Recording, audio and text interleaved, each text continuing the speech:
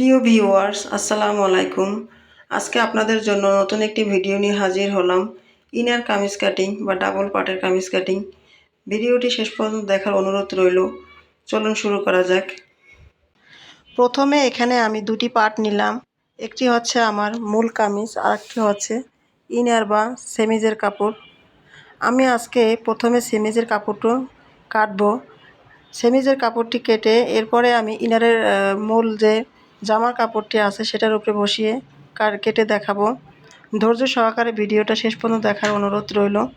Skip করবেন না, skip করলে বুঝতে পারবেন না। প্রথমে এখানে আমি 4 পাটে কাপড়টিকে ভাঁজ করে নিলাম। এরপরে আমি স্কেল দিয়ে দাগ টেনে নিব।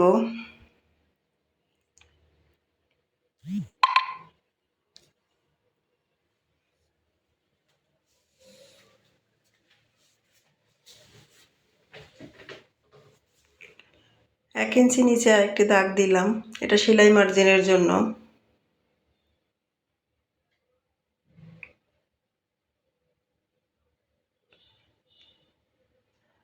আমার এটা হচ্ছে খোলা সাইড, এটা হচ্ছে বন্ধ সাইড।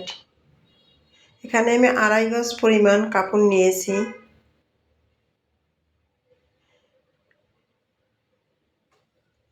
এখানে কাপড় আমি যতটুকু লম্বা আছে পুরোটাই নেব।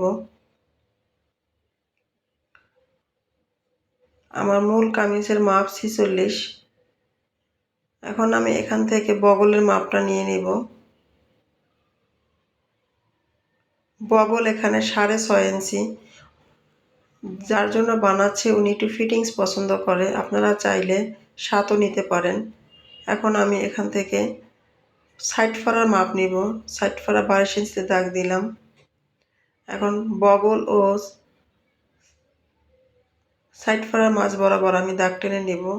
ফিতাটি ভাঁজ করে ধরে এরপরে অর্ধেক সমান করে দাগ টেনে নিলাম। কোমরের মাপ নিয়ে নিলাম। স্কেল দিয়ে দাগগুলো মিলিয়ে নিব।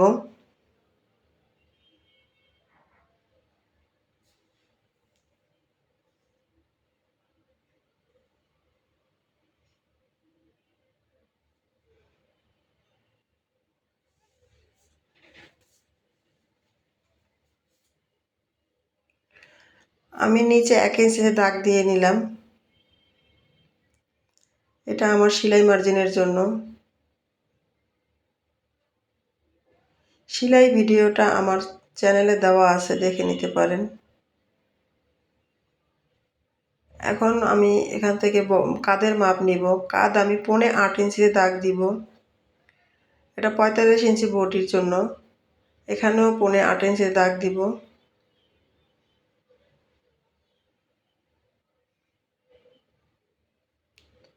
স্কেল দিয়ে দাগগুলি মিলিয়ে নিলাম।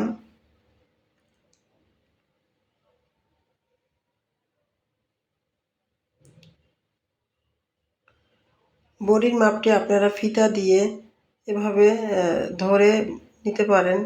যদি বুঝতে সমস্যা হয় তাহলে এভাবে, আমি যেহেতু 45 ইঞ্চি বডি মাপ নিব তাই আমি ফিতাটাকে 4 ভাগের 1 ভাগ করে নিলাম। এখান থেকে আমি 45 ইঞ্চির 4 ভাগের 1 ভাগ সোয়া 11, অর্থাৎ 11 ইঞ্চি থেকে আর দুই সুতা পরিমাণ। এখন সেলাই মার্জিনের জন্য 1.5 ইঞ্চি পরিমাণ বাড়তি দাগ দিলাম। এখান থেকে 10, যেহেতু আমার 40, আর এখান থেকে আমি 46 11.5তে দাগ দিব।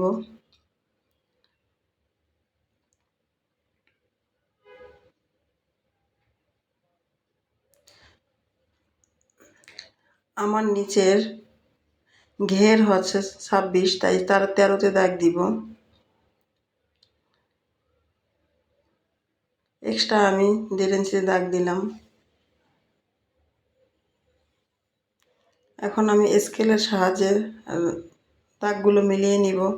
দেখুন আমি স্কেলটা কিভাবে ধরেছি। অনেকের বুকের ধারে টান খায়, এভাবে স্কেল ধরে ধরে দাগগুলি মিলিয়ে নিলে আপনাদের কামিজে বুকে টান খাবে না। আমি যেভাবে স্কেলটা ধরেছি ঠিক সেভাবে আপনারা স্কেল ধরে দাগগুলো মিলিয়ে নেবেন, তাহলে কোমর, হিপ আর বডির মাপে কখনো টান বা কিস খাবে না। বলে রাখি, আপনারা যদি 46 বা 45 বডি হয় তাহলে 46-এ সেলাই দিবেন। 40 হলে কোমর দিবেন 41-এ এবং হিপ যদি হয় 46 তাহলে 47-এ দিবেন, অর্থাৎ 1 ইঞ্চি বাড়তি করে সেলাই দিবেন। এটা ডাবল পাট কামিজের জন্য। এখন এখান থেকে আমি 2 ইঞ্চিতে একটি দাগ দিব। এখান থেকে আমি বগলের অর্ধেক ধরে রাউন্ড শেপ মিলিয়ে নিলাম।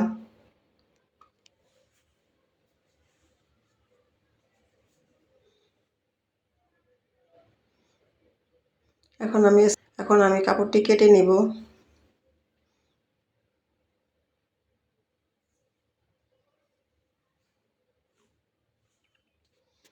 ভিডিওটি যদি ভালো লাগে একটি লাইক দিবেন, কমেন্ট করে জানাতে পারেন কি ধরনের ভিডিও আপনাদের পছন্দ বা চাই, সেই অনুযায়ী আমি ভিডিও তৈরি করব। আর চ্যানেলে নতুন হয়ে থাকলে অবশ্যই এটি সাবস্ক্রাইব করে রাখবেন, যাতে পরবর্তী ভিডিও আপনার কাছে চলে আসতে পারে। নোটিফিকেশনটি অন করে রাখবেন। আমার কামিজটি কাটিং হয়ে গেছে। এখন আমার কামিজের যে মূল কাপড় বা অর্থাৎ মূল যে পার্ট সেটাকে আমি বসিয়ে নিব।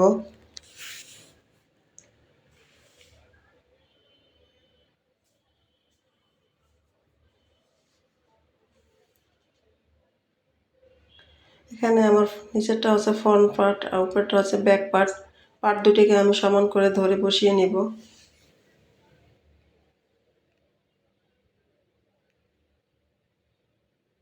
একটার পর একটা বসিয়ে নিব। ভিডিওটি আমার একটু লং হচ্ছে, ধৈর্য সহকারে ভিডিওটি দেখে নেবেন, অর্থাৎ ধীরে সুস্থে না দেখলে বুঝবেন না, তাই আস্তে আস্তে আমি করেছি বোঝার সুবিধার জন্য। এখন আমি পিন দিয়ে পুরো কাপড়টা আটকে নেব। এখানে 4-5টা পিন আমি ব্যবহার করতেছি।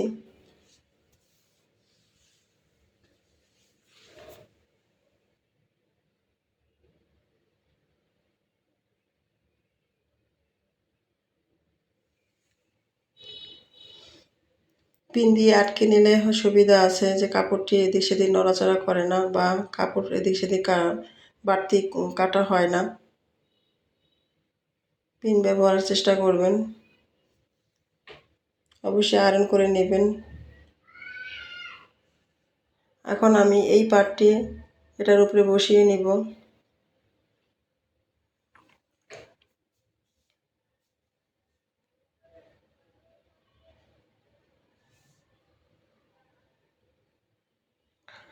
বেশি টানাটানি করবেন না, আস্তে ধীরে সুস্থে সুন্দর করে বসাবেন। আলতো করে মিশিয়ে নেবেন কাপড়টি।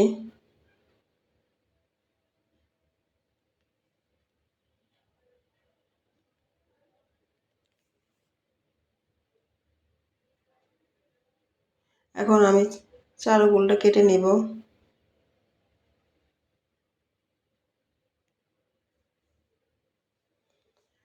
এই সেলাই ভিডিওটি আমার চ্যানেলে দেওয়া আছে। এটা হচ্ছে আমার দ্বিতীয় পার্ট। প্রথম পার্টে আমি এটা আমার প্রথম পার্ট। দ্বিতীয় পার্টে আমার সেলাই ভিডিও দেওয়া আছে, কিভাবে জয়েন করে সেলাই করতে হয়। চাইলে সেই ভিডিওটা দেখে নিতে পারেন। আসলে আমি কথা বলা অতটা অভ্যস্ত না, যার কারণে আমার কথা অনেকটা এলোমেলো হয়ে যায়। ক্ষমা ও সুন্দর দৃষ্টিতে দেখবেন। এখন নিচ থেকে আমি 1 ইঞ্চি উপরে একটু রাউন্ড করে নেব।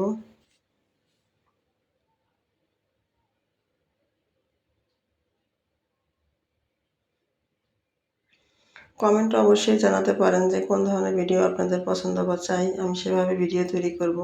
এখন এখান থেকে আপনি কাটমার্ক দিয়ে নেব, কাটমার্ক করব।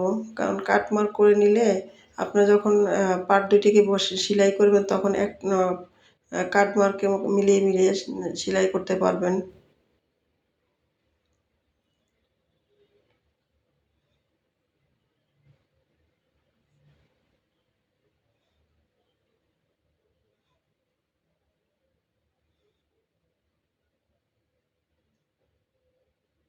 আমার কাটমার্ক করা হয়ে গেছে। এখন আমি এখান থেকে রাউন্ড দিয়ে আমি তাল পাট কেটে নেব। এখানে সামনের পার্ট এবং উপরে কামিজের উপরে এবং মেন যে কাপড়, এটা দুইটার আমি তালপাট কেটে নেব। পিছনের পাট সরিয়ে নিয়েছি।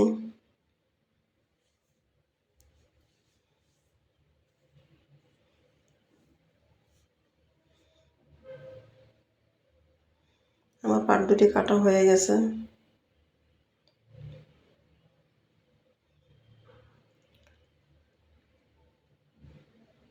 এখন আমি হাতার কাপড়টি কেটে দেখাবো। হাতার কাপড়টি আমি 2 ভাঁজ আছে 4 ভাঁজ করে নিলাম।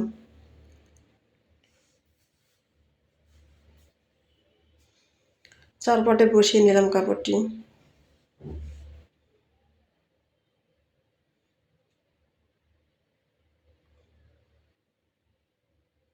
স্কেল দিয়ে আগে আমি 1 ইঞ্চি নিচে দাগ টেনে নিলাম, এটা সেলাই মার্জিনের জন্য।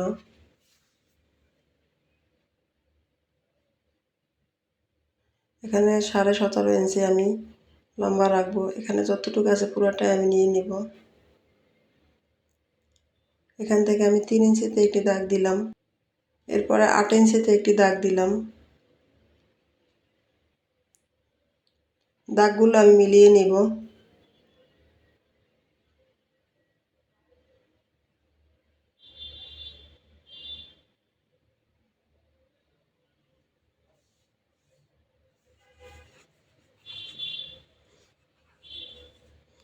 এখন এখান থেকে আমি 9 ইঞ্চিতে দাগ দিব। এক্সট্রা আমি 1 ইঞ্চি রাখবো।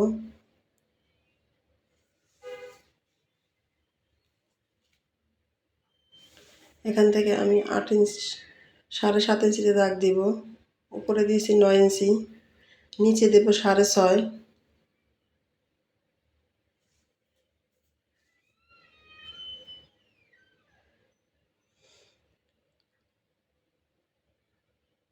উপর থেকে হালকা করে একটা আলগা দাগ দিয়ে নিলাম।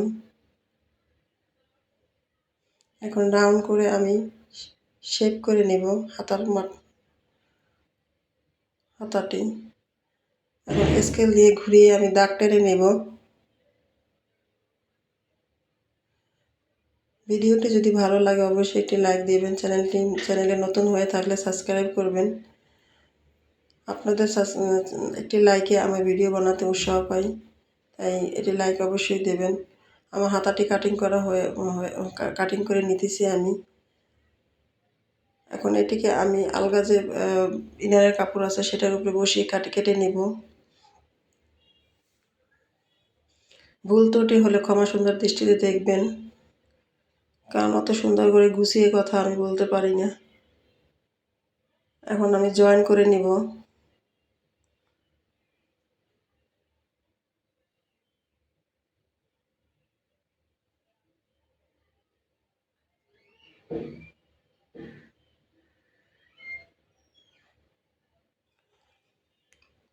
জয়েন করার পরে আমি এখানে একটু কাটমার্ক দিয়ে নিলাম মাঝখান থেকে। এখন আমি তালপাটটাও কেটে নিব হাতার।